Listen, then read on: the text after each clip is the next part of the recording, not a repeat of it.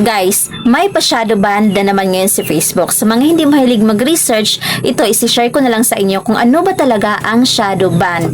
Si Facebook talaga magdi-December na may pa-shadow pa to. So, ano nga ba yung shadow ban mga ka-reels? Naku, nakakatakot to. Ito lang naman yung klase ng violations na without notification.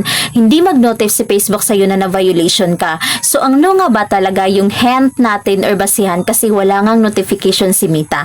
Kapag na-shadow ban tayo, unang-una dyan, limited visibility. Meaning, yung mga posts mo won't be visible to others. Just like, for example, kapag research mo yung name ko, itong Jane Vlog, hindi mo siya makikita kahit correct spelling naman. Si Facebook yung may pakananyan. Kahit nakafollow ka naman sa akin, hindi mo siya makikita pero active naman.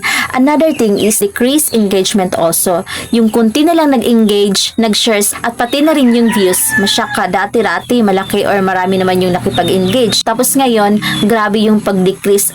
And syempre, ano nga ba yung ginawa mo? Bakit ka na shadow ban?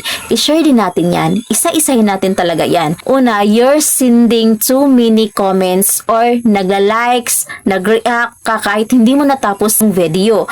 Posting misinformation. Yung bumili ka para lang marami yung nakuha mong engagement o mga shares, mga ganyan. Kasama na dyan yung paghingi mo ng stars at paggamit ng banned hashtags.